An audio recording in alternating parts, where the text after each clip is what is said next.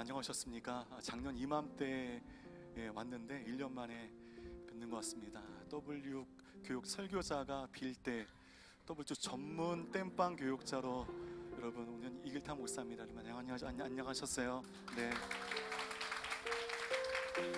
네, 조금 지난 얘기지만 여러분 이 귀한 장막터로 이동하신 거 너무 축하드립니다. 여러분 이 안에서 영적으로 또 규모적으로 또 부흥성장하는 W 공동체가 되기를 저희 요셉 공동체가 열심히 응원하도록 하겠습니다. 네, 오늘 말씀 보도록 하겠습니다. 마태복음 6장 1절에서 4절까지 말씀입니다. 마태복음 6장 1절에서 4절까지 말씀을 저 한 절, 여러분 한 절 교독하도록 하겠습니다. 너희는 사람들에게 보이려고 의를 행하지 않도록 조심하라. 그렇지 않으면 하늘에 계신 너희 아버지께 상을 받지 못할 것이다. 그러므로 가난한 사람을 구제할 때는 위선자들처럼 사람의 칭찬을 받으려고 회당과 거리에서 나팔 불며 떠들지 말라. 내가 진실로 너희에게 말한다. 그런 사람들은 자기 상을 이미 다 받았다. 너는 가난한 사람을 구제할 때 오른손이 하는 일을 왼손이 모르게 하여라. 그래서 내 착한 행실을 아무도 모르게 하여라. 그리하면 남모르게 숨어서 보시는 너희 아버지께서 너희에게 갚아주실 것이다. 기도하겠습니다. 하나님 아버지, 힘을 다하여 열심히 설교하겠지만 인간 이길탁 목사의 맘마디에는 아무런 능력이 없음을 겸손하게 고백합니다. 단지 저를 거룩히 이용하여 주시사 단 한 말씀이라도 좋으니 주님의 음성 듣고 나아가는 시간 되어질 수 있도록 성령 하나님 함께하여 주옵소서. 예수님의 이름으로 기도하옵나이다. 아멘. 저는 지금부터 5년 전에 2014년 3월에 오늘의 교회 부목사로 부임했습니다. 저와 함께 같은 또래를 살았던 분들은 아시겠지만 경배와 찬양 참 대단했죠. 지금도 그렇지만 화요 성령 집회를 통해서 또 은혜 많이 받고, 그리고 OMC는 오늘의 교회 축제가 아니라 그냥 저의 축제로 여겨질 그때가 있었습니다. 학창 시절 큰 은혜를 받았기 때문에 제가 이제 신학교에 들어가고 사역적으로 헌신한 그 순간부터 이 오늘의 교회는 꼭 한번 좀 사역해보고 싶은 곳이었습니다. 그러나 바라긴 하지만 쉽게 갈 수 없는 곳이었죠. 그런데 드림스 컴 트루, 제 인생 가운데 꿈이 이루어지게 된 겁니다. 꿈꾸는 줄 알았어요. 합격 문자를 지금도 캡처해서 아직도 가지고 있는데, 하영주 목사님의 열정과 영성이 살아있는 교회, 액체 29의 비전을 위하여 다름박질하는 교회, 한국교회 내에서 그래도 가장 좀 주목받고 그래도 칭찬받는 교회, 완전하지 않지만 온전함을 위하여 함께 훈련하는 교회, 그 교회 부목사로 부임한 후에 저는 제 인생 속에 별로 경험하지 못했던 이 자존감의 폭발적인 상승을 경험하게 됩니다. 저는 늘 루저 인생을 산다고 저는 스스로 여겼거든요. 보시면 좀 엘리트의 길을 걸으신 것으로 보이지만 저는 엘리트 근처도 못 갔고요, 명문대 근처도 못 갔습니다. 제 고3 때 연세대학교, 고려대학교 사진을 찍었어요. 가고 말겠다. 안 받아주더라고요. 저는 평범하게 그지없는 인생, 늘 가난했고 늘 평균을 밑돌던 인생이었기 때문에 그냥 저 스스로를 그냥 루저로 인식하면서 그렇게 살아왔었습니다. 그래서 꿈을 위해 힘차게 달려갈 20대 통으로 저는 20대를 완전히 잃어버렸고 늘 열등감에 쩔어 있었습니다. 처음에 저는 일반대 스페인어과에 들어갔다가, 얼굴은 몽골어과인데 제가 스페인어과에 들어갔다가 중퇴하고 신학교에 갔다가 다시 그만두고, 기독교 용어는 아니지만 팔자에 없는 직장생활, 은행에서 4년 반의 직장생활을 하다가 돈의 맛, 죄의 맛 다 경험해보고 다시 신학교로 돌아왔다가 다시 그만두고 제 일생의 꿈이었던 축구 해설가를 하기 위해서 축구 아카데미 들어가고 다시 그만두고 다시 신학교에 왔다가 지금은 정신 차려서 한 길을 걸어가고 있으니, 여러분 제 20대는요 통으로 저는 날려버렸습니다. 길만 찾다가 여기가 내 길인가 저기가 내 길인가. 저는 늘 그래서 열등감과 컴플렉스에 아주 쩔어 있었습니다. 주의 은혜로 길을 찾고 사역자로 결단하며 나아가다가 하나님의 은혜로 이 온누리교회 부목사로 부임하게 된 것입니다. 제 안에 그것이 큰 성취감을 주었습니다. 그런데 여러분, 그 성취감이 도를 지나쳐서 저도 모르게 제 이 목이 뻣뻣하게 굳어가기 시작했습니다. 저도 모르게 제 목소리에 힘이 들어가기 시작했습니다. 내가 온누리교회 목사다. 내가 얼마 있으니까요, 교회에서 제 이름이 박힌 아주 간지나는 교회 명함을 주시는 거예요. 그 명함을 받고 마음으로 결정했습니다. 적극적으로 이 명함을 뿌려 내 이름 석자를 이 땅 가운데 알려주리라. 그 이후에 여러분, 그 시간이 주어질 때마다, 그간 제가 온누리교회 오기 전에 항상 지방에서만 이 교육자 생활을 했었거든요. 지방에서 사역하느라 가지 못했던 동기회, 신학교 모임, 굳이 가지 않아도 되는 지인 모임들, 이 모임들을 다 찾아다니면서 제가 어떻게 하면 그냥 이 명함을 주면 교만해 보이니까 겸손해 보이면서 어떻게 이 명함을 줄 수 있을까? 내가 온누리교회 목사인지를 모르는 이 우매한 백성들에게 내가 어떻게 하면 온누리교회 목사인지를 알려줄까? 네, 여러분, 이것을 고민했던 적이 있었습니다. 한심하죠. 네, 저는 사람들이 저를 알아주길 원했습니다. 그리고 제가 칭찬받고 싶었습니다. 평생 저를 알아주는 애가 없었거든요. 저는 평생 칭찬받는 인생을 살지 못했거든요. 그렇게 알아주고 칭찬받을 때 기쁨이 막 밀려들었습니다. 제 동기들이 그래요. 너 이 공부도 안 하고 농구만 하는 애가 어떻게 온누리교회 가냐. 그 얘기를 딱 들으면 막 희열이 막, 그래 난 너와 다르다, 막 그런 마음. 그래서 제 안주머니에는 항상 빳빳한 명함 한 박스를 들고 다녔습니다. 언제든지 줘야 되니까. 여러분, 우리가 죄라는 것이 있잖아요. 이 죄를 정의하면 하나님과 분리된 순간부터 나의 삶 가운데 나타나는 증상이라고 정의할 수 있습니다. 마치 여러분, 꽃이 원줄기에 붙어 있다가 떨어지게 되면 점점 색깔이 바래지고 말라 비틀어지죠. 어쩔 수 없습니다. 줄기에서 이게 벗어났기 때문입니다. 분리됐기 때문입니다. 여러분, 사람도 마찬가지예요. 여러분, 이 성경의 어떤 기자는 사람의 존재가 이 코끝에 달려 있다고 고백했는데, 이거 진짜 기가 막힌 고백인 것 같아요. 숨을 들이마셨다가 못 뿜으면 가는 것입니다. 매우 적절한 표현이에요. 사람은 숨이 끊어지는 순간 불구스름하니 보기 좋은 피부색이 창백하게 변하게 됩니다. 만지면 온기가 사라지게 됩니다. 그리고 동공이 확장되게 되고 시선을 잃어버리게 됩니다. 그리고 곧 부패하게 됩니다. 여러분, 영적인 본질이 똑같아요. 여러분, 뉴스 보시면 정말 끔찍한 사건들이 요새 많이 일어나지 않습니까? 그것을 보면서 우리 인간이 왜 이렇게 잔악해졌을까? 왜 이리 약해졌을까를 생각해 봅니다. 근데 여러분, 요즘 와서 인간들이 더욱더 흉악해진 것이 아니라, 우리 인간은 전에도 지금도 앞으로도 잔악했고 잔악하고 있으며 앞으로도 잔악하게 될 것입니다. 하나님과 분리되는 순간 우리 내면의 부패가 시작이 되는 것입니다. 그래서 우리가 시리즈로 치명적인 7가지 죄악을 보고 있지 않습니까? 이 7가지는요, 내가 하나님과 분리되면서부터 나의 삶 가운데 연약한 영역 속에 드러나는 죄악의 증상인 것입니다. 기름 있는 사람은 나태에 죄악의 증상으로 나타난 것이고, 내면이 안정되지 않은 사람들은 분노로 그 죄악이 발현되어지는 것입니다. 하나님은 저와 여러분을 창조하실 때 하나님의 형상을 따라 창조하셨습니다. 여러분 믿으시죠? 때문에 우리는 우리 하나님을 꼭 닮은 존재입니다. 우리는 하나님을 닮았습니다. 모양만 닮은 것이 아니라 하나님의 생각과 가치관과 마음, 이 보이지 않는 것들도 우리는 하나님을 닮았습니다. 하나님을 닮은 우리 인간의 가치는 천하보다 귀한 것이었습니다. 그런데 아담과 하와가 사탄의 유혹을 받아 선악과를 따먹고 범죄하면서부터 우리 인간은 그 소중한 하나님의 형상을 잃어버렸습니다. 그렇다고 겉모양이 막 뿔이 생기고 막 겉모양이 달라진 건 아닙니다.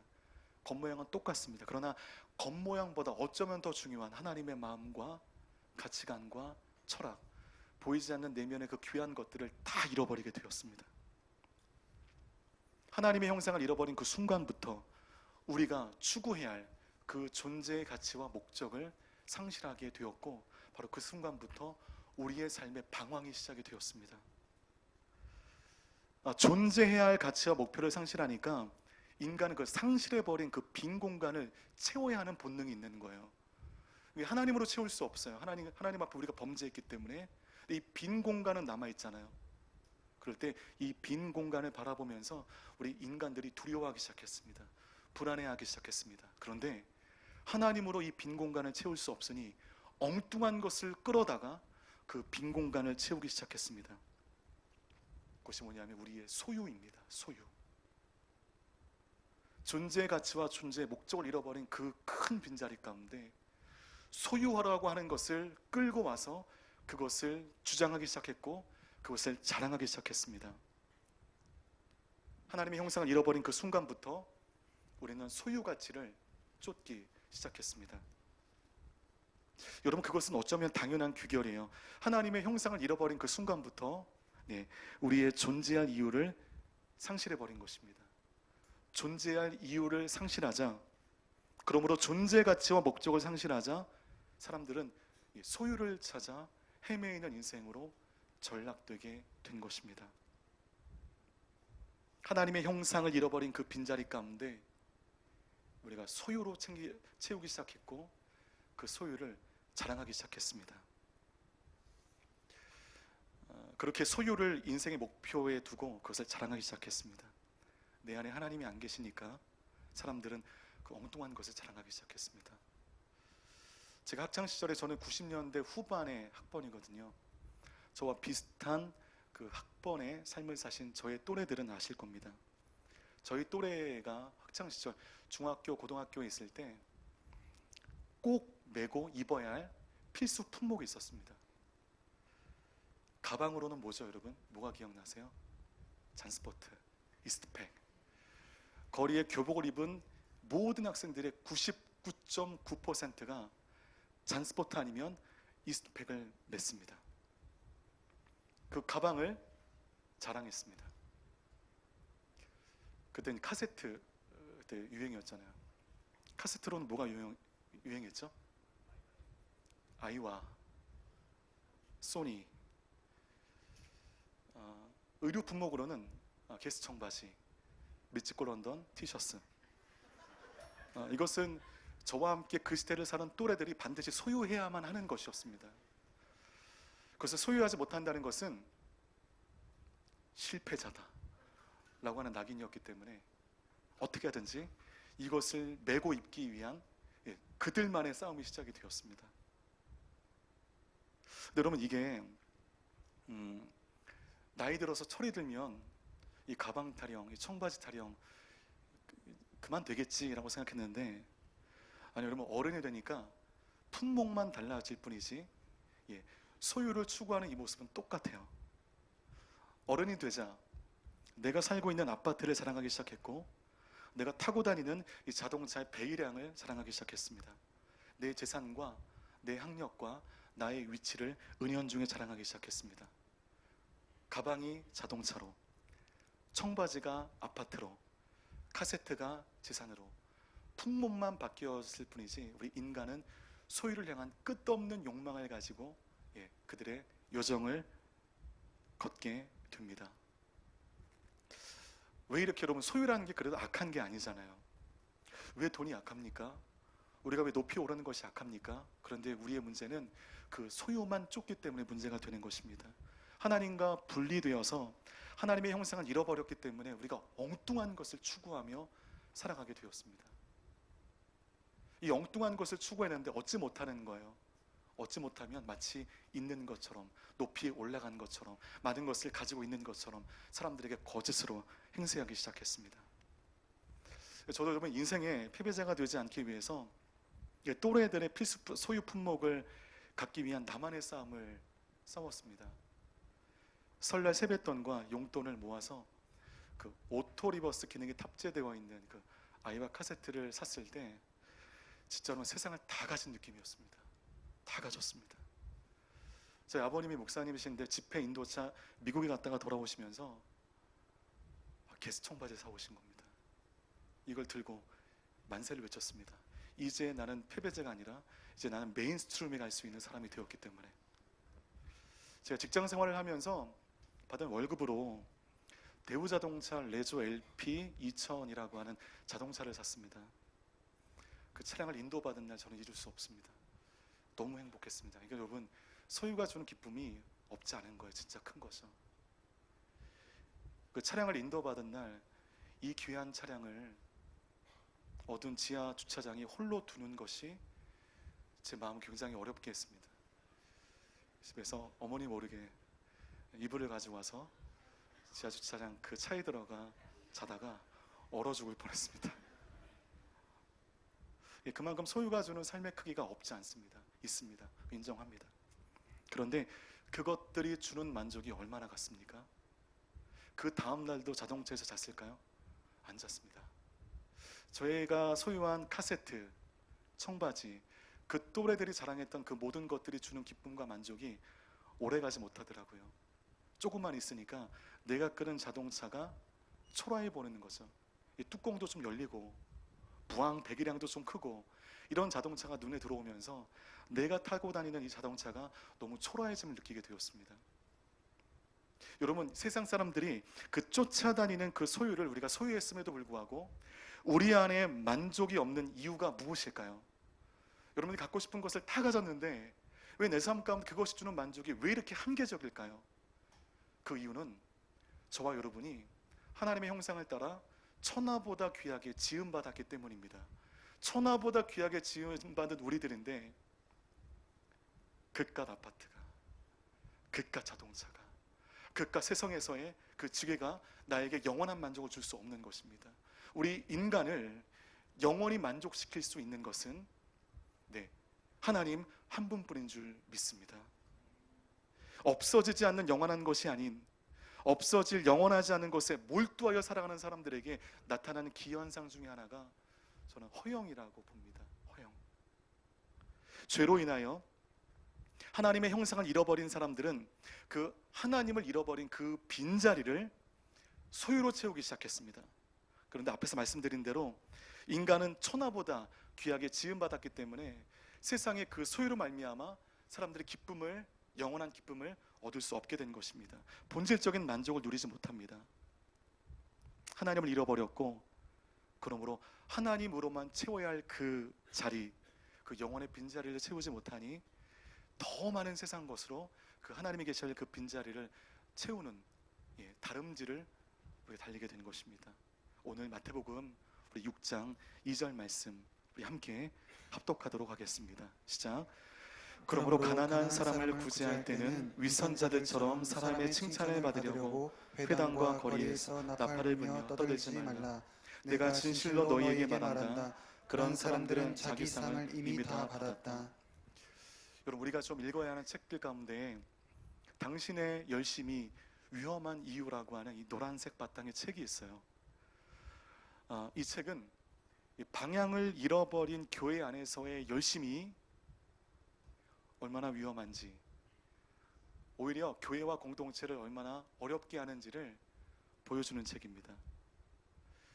이 책의 도입 부분에 아주 인상적인 주장을 하는데 바리새인에 대한 저자의 평가가 있습니다.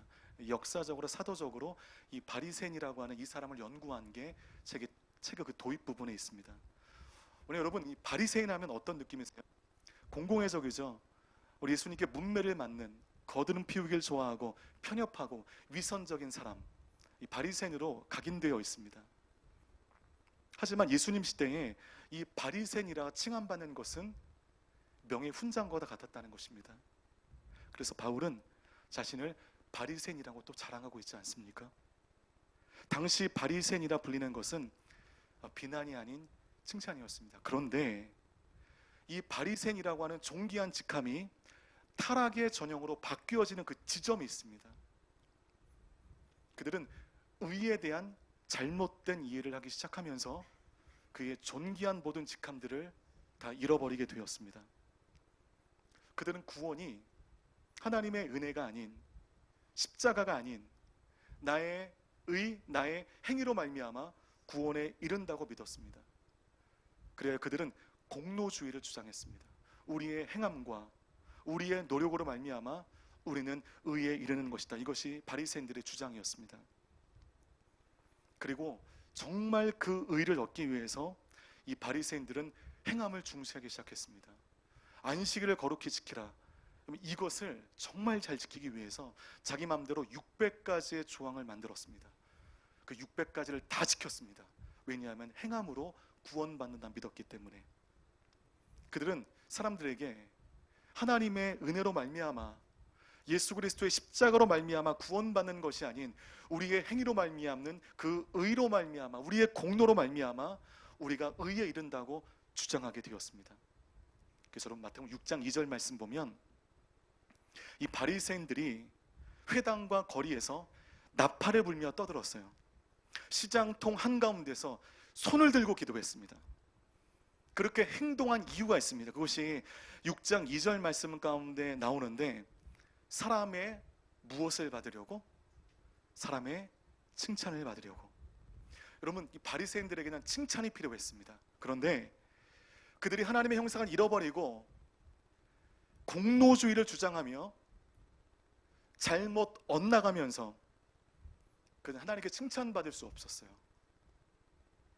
하나님으로 채워야 할 그 자리 채울 수 없으니 바리새인들은 엉뚱한 것으로 그 빈자리를 채웠습니다. 그것이 사람들의 칭찬이었습니다. 우리들은 사람의 칭찬을 받기를 좋아합니다. 사람의 칭찬 싫어하는 사람이 누가 있겠어요? 사람들에게 좋은 평가 받기를 좋아합니다. 그런 삶을 추구합니다. 그러나 우리가 신앙하는 이유가, 우리가 믿음 생활하는 이유가, 여러분들이 이 W 공동체 가운데 예배자로 살아가는 이유가 하나님의 인정이 아닌, 하나님의 평가가 아닌 사람들의 평가를 받기 위한 것이라고 한다면 여러분들의 신앙은 방향을 잃어버린 것입니다.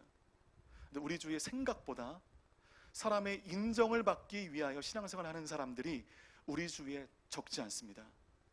예배팀이었던 한 형제가 몇 년을 요셉 예배팀으로 섬겼는데 제가 아닌 신앙의 선배였던 다른 그 청년에게 얘기했습니다. 자기는 구원이 뭔지 모르겠다. 그 얘기를 했다는 것을 제가 그 형제를 통해서 듣게 되었습니다. 너무 충격이었습니다. 여러분 우리가 구원받지 못한 상황 가운데에도 교회에 섬길 수 있습니다. 열심히 섬길 수 있습니다. 하나님의 터치가 없는 상황 가운데도 아울리치가 할 수 있고 사역할 수 있습니다. 단지 사람의 인정과 칭찬이 그 형제에게 필요했던 것입니다. 저에게는 되게 충격이었습니다. 구원받지 못하고 이처럼 하나님의 사역에 올인할 수가 있구나. 이처럼 열심히 일을 할 수가 있구나. 사람의 칭찬을 받기 위해 나팔을 불며 떠드는 바리새인들을 향하여 마태복음 6장 2절의 말씀은 위선자라고 말하고 있습니다. 넌 위선자다. 여러분 그것은 헛된 영광에 눈 어두운 사람들이 하는 삶이었습니다. 허영에 빠진 사람들이 추구하는 인생이었습니다. 사람의 칭찬으로 살아가는 사람들. 그래서 여러분 바리새인들은 믿음으로 의에 이른다. 예수 그리스도의 십자가로 말미암아 의에 이른다는 것을 명확하게 알았어야 됐습니다. 나의 공로가 아닌 전적인 하나님의 은혜로 구원받음을 그들은 믿고 알았어야 됐습니다. 그것을 알지 못하니까 그의 삶이 표류하게 되었습니다. 사람들이 막 칭찬을 구했습니다. 사람들이 칭찬을 구했습니다. 이것이 그들의 목표가 되었습니다. 사람들의 인정을 구했습니다. 그것이 신앙의 목표가 되었습니다. 여러분 하나님의 인정과 칭찬이 아닌 사람의 인정과 칭찬을 추구하는 그 순간부터 인간은 그 허영의 노예가 되었습니다. 세상은 더 많은 것을 가지면 칭찬해주고 인정해주잖아요. 세상은 높은 곳에 올라가면 인정해주고 칭찬해주잖아요. 그의 사람의 됨됨이에 상관없이 인정해주잖아요. 그래서 그들은 세상의 것으로 채울 수 없는 존귀한 하나님의 형상을 죄로 말미암아 잃어버리고 사람의 칭찬과 인정을 위하여 더 많은 것을 얻고자 했고 여러 상황적 조건으로 더 많은 것을 얻지 못하자 그 많은 것을 가진 것처럼 거짓으로 행세하기 시작했습니다. 2018년 초반이었을 거예요. 연도는 정확하지 않는데 부산대학교 신문방송학과에 황성욱, 박재진 교수님이 팀을 이루어서 흥미로운 논문을 하나 발표했습니다. 대학생 374명을 상대로 인스타그램, 페이스북 등 이 대표적인 SNS를 할 때에 대학생들의 그 심리를 조사한 그 결과가 그 논문을 통해 발표되었습니다. 굉장히 흥미로웠습니다. 조사 결과 SNS를 할 때, 즉 여러분들이 인스타그램을 하고 페이스북을 할 때 대학생들이 현실보다는 조금 더 가식적이고 조금 더 미화되며 조금 더 가장의 심한 게시물을 올리는 경향이 있다는 것을 알게 되었습니다. 이유는 명확하죠. 여러분이 알고 계신 그 이유입니다. 여러분들 아마 인스타그램, 페이스북 많이 하실 텐데 현실보다 미화된 여러분들의 정보를 여러분의 계정에 올리지 않습니까? 그럴 때 여러분들은 어떤 심리로 그 계정에 그 글을, 그 사진을 올리십니까? 내 SNS 계정을 보는 사람들로 하여금 미화된 내 계정을 보고 내가 너희들이 생각하는 것보다 더 가치 있는 사람임을 인정받기 위하여 조금 더 미화되고 조금 더 가식적이고 조금 더 현실과 맞지 않는 그 사진을 올리는 것입니다. 제가 볼 때 저희 교육자들은요, 이 SNS 하는 게 도움이 안 돼요. 그래서 저는 이제 SNS를 글은 별로 올리지 않고 이제 여러분들을 주목하여 뭐 하고 있나를 감시하는 이 통로로 사용하고 있는데, 네, 저도 이제 가끔 올리거든요. 최근에 올린 게 우리 이제 그 아울리치 갈 때 저희는 해외 4군데, 국내 3군데 가거든요. 그 사진을 다 올린 겁니다. 그것을 보고 저희 아내가 비난하는 거, 그 허세다고, 그거 내리라고. 그게 왜 허세지? 생각해 보니까 그런 마음이 있었던 것 같아요. 저와 함께 신학교를 다녔던 내 동기들에게, 저 페이스북 친구들에게 나는 뻔한 데 안 간다. 나 아부다비 정도 간다. 나는 북한과 접경된 그 어려운 그 땅 정도 간다. 미안하지만 나는 너희들보다 좀 다르다. 난 다른 공동체, 다른 교회에 있다. 요 마음이 있다는 걸 알게 되었습니다. 제가 올리는 그 이유가, 그러면 저만 쓰레기는 아니죠.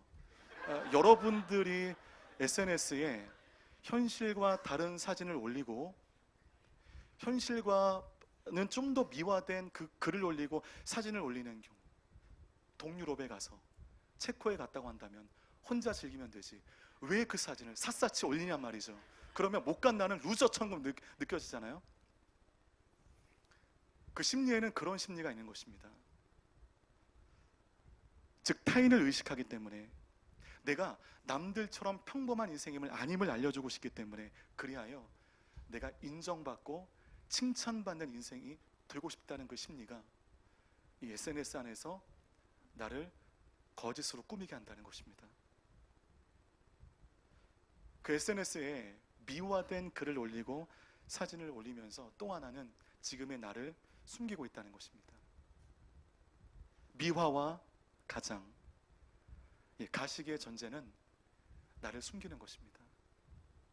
나를 숨겨야 미화가 가능합니다. 가장이 가능합니다.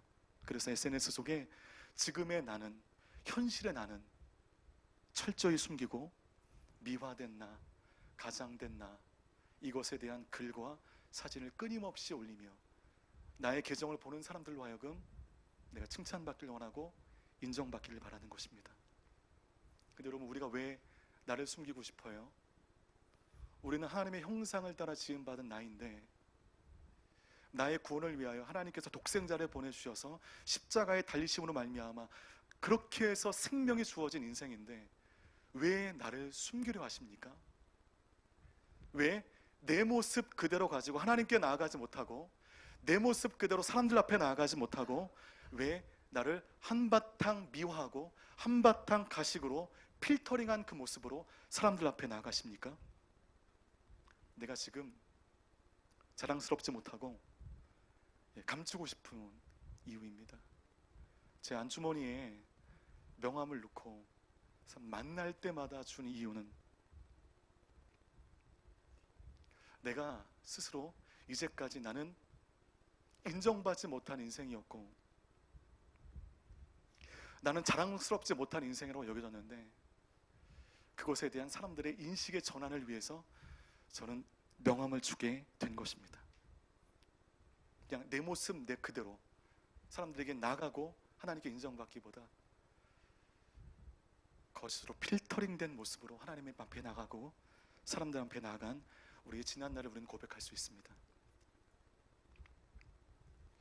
그 논문은요, 허영과 허세에 빠진 우리 현대인들의 내면을 낱낱이 고발하고 있습니다.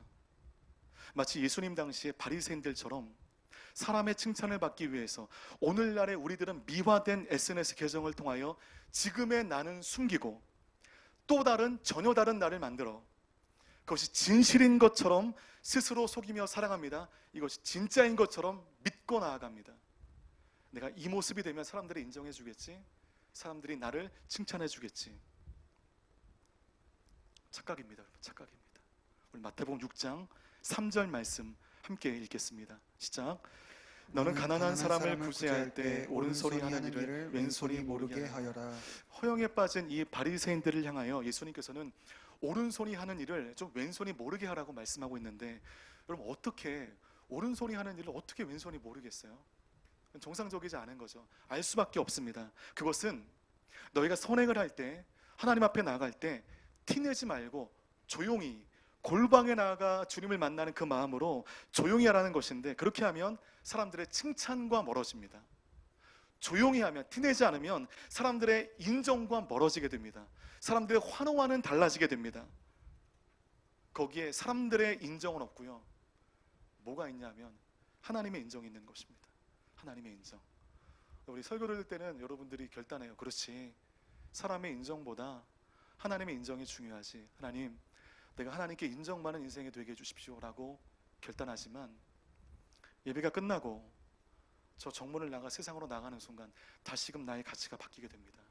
보이지 않는 하나님께 인정받는 것보다 보이는 사람들에게 인정하는 것이, 또한 보이는 사람들에게 칭찬받는 것이 나의 삶 가운데 주는 기쁨이 크기 때문에 다시금 나를 가장하는 것이죠. 나를 미워하는 것입니다. 마태복음 6장 4절 말씀 함께 읽겠습니다. 시작. 그래서 내 착한 행실을 아무도 모르게 하여라. 그리하면 남 모르게 숨어서 보시는 너희 아버지께서 너희에게 갚아주실 것이다. 인간의 칭찬은 없어지고 하나님의 칭찬만 남는 거죠. 앞에서 저는 명함을 늘 안주머니에 놓고 가는 곳마다 열심히 뿌렸던 저의 어리석은 지난날의 과거의 일을 말씀드렸습니다. 제가 명함놀이에 빠졌던 이유는 저에게는 하나님의 인정, 보이지 않는 하나님의 인정보다는 사람의 인정이라고 하는 보이는 가치가 저에게는 우선이 되었기 때문입니다. 그 당시 저는 허영의 함정에 빠져 있었습니다. 그래서 여러분, 허영이라고 하는 이 단어의 영어를 보면요, 베인 글로리예요. 베인 글로리. 놀랍게도 두 단어가 조합되는데 기가 막힙니다. 베인은 헛된, 글로리는 영광. 허영은 헛된 영광입니다. 헛된 영광에 눈 어둡게 되면 우리는요, 지금 나를 숨깁니다. 그러면서 다른 나를 만들어냅니다. 그 다른 거짓의 나를 통해서 사람들의 인정과 사람들의 받아줌을 추구하는 것입니다. 하나님의 형상은 온데간데 없고 죄악되고 거짓된 나만 존재하는 것입니다. 이 말씀 마치겠습니다. 여러분, 요한복음은요, 예수 그리스도를 빛이라고 정의했습니다. 빛. 예수 그리스도는 내 삶의 빛이십니다. 빛이 내 삶에 들어오는 순간, 그 순간적으로 또 하나 보여지는 현상이 있는데 어둠이 달아나게 돼요. 빛과 어둠이 한 공간 가운데 존재하는 일은 없습니다. 빛 대신 예수 그리스도로 인해 내 안에 어둠이 사라지게 되고 나의 진짜 모습이 드러나는 것입니다. 빛 대신 예수 그리스도가 나의 삶 가운데 빛 비춰주시는 순간, 나의 삶 가운데 허영과 허세가 떠나고 거짓과 감춤이 떠나고 진짜의 나만 하나님 앞에 남는 것입니다. 그럼 세상의 사람들은요, 하나님을 알지 못하는 사람들은 배인 글로리, 헛된 영광, 허영을 추구하여 지금의 나를 감추고 거짓의 나를 만들어 그것이 나인 것처럼 믿고 삽니다. 헛된 욕망이 믿음이 되어버렸습니다. 그래서 여러분, 이 허영에 빠진 사람들 아시잖아요. 우리 주위에 특별히 허영과 허세에 빠진 사람들, 그 화려한 사진을 올리고 기뻐하고 즐거워하죠. 여러분들은 그래 너 잘났다 그 마음으로 굉장히 마음이 불편하잖아요. 그래서 여러분, 그 헛된 욕망, 그 허영에 빠진 자들의 마음은요, 공허하기 짝이 없습니다. 하나님으로 채워야 할 그 빈자리를 임시적으로 엉뚱한 곳으로 채워 있기 때문에 늘 배고파합니다. 늘 목말라합니다. 허영으로 사람들을 속이고 사람들의 영광과 찬사를 받지만 그 마음이 행복하지 않아요. 왜냐하면 언젠가 드러날 나의 민낯을 두려워하기 때문입니다. 나의 진짜 모습이 사람들에게 밝혀지는 것에 대해서 두려워하기 때문입니다. 그래서 여러분, 이 허영의 함정을 이길 수 있는 방법은 하나님의 형상된 나의 모습으로 돌아가는 것입니다. 뻔하죠. 뭐 확실한 영적 레시피 없어요. 진리는 뻔한 것입니다. 하나님의 형상된 나로 돌아가는 것입니다. 그리고 지금의 나를 사랑하는 것입니다. 내 안에 꺼지지 않는 하나님의 숨이 있다는 것을 우리가 믿는 것입니다. 그래서 여러분 꾸미지 않아도 그냥 여러분의 존재만으로 여러분을 기뻐하시는 그 하나님의 만지심을 경험하실 필요가 있습니다. 그래서 여러분, 이 과도하게 하나님 앞에, 사람들 앞에서 뭐 여러분을 꾸미실 필요 없습니다. 여러분은 여러분 지금 모습만으로도 충분합니다. 깨어지고 부서져 있지만 하나님은 깨어지고 부서졌다고 해서 우리를 향해서 너 탈락된 인생이라고 말씀하지 않으십니다. 없는 것을 있는 것처럼 부풀릴 필요도 없습니다. 하나님은 여러분의 모든 것을 다 아시잖아요. 사람의 인정과 칭찬이 아닌 나로 말미암아 기쁨을 이기지 못하시는 그 말씀이 여러분들의 그 마음을 만지시기를 축복합니다. 그래서 하나님은 참 기쁨 중에 있는 나도 사랑하시지만 지금처럼 우울증과 공황장애로 약을 먹지 않으면 잠을 이룰 수 없는 열등감과 자기 포기로 산산이 깨어져 버린 나도 사랑하시는 것입니다. 하나님이 이처럼 나를 사랑하시니 여러분들이 여러분 스스로를 사랑하실 필요가 있어요. 하나님은 이 W 공동체 안에서 여러분들이 더 헌신하고 더 열심히 공동체 일을 하고 뭔가 성과가 있고 공로가 있다고 해서 여러분들 더 사랑하시는 그분은 아니십니다. 깨어진 여러분들이 하나님의 은혜 아니면 살아날 수 없다는 것을 깨닫고 이 자리에 그냥 깨어진 모습 그대로, 부서진 모습 그대로, 연약해진 모습 그대로 하나님께 나올 때 하나님은 그 모습 그대로 여러분을 기뻐하시는 것입니다. 가슴에 손을 대보시겠어요? 저를 좀 따라해 주십시오. 이것은 저 이글탕 목사가 말하는 것이 아니라 하나님이 오늘 여러분을 회복 치유하기 위해서 여러분들에게 말씀하시는 것이라 믿으십시오. 하나님은 기쁨 중에 있는 나도 사랑하시지만 깨어지고 부서진 나도 사랑하신다. 이것을 믿는다면 우리가 하나님 앞에 꾸밀 필요가 없습니다. 사람들 앞에 꾸밀 필요가 없습니다. 우리 마지막 스바냐 3장 17절 말씀 우리 함께 읽도록 하겠습니다. 시작. 너희 하나님 여호와가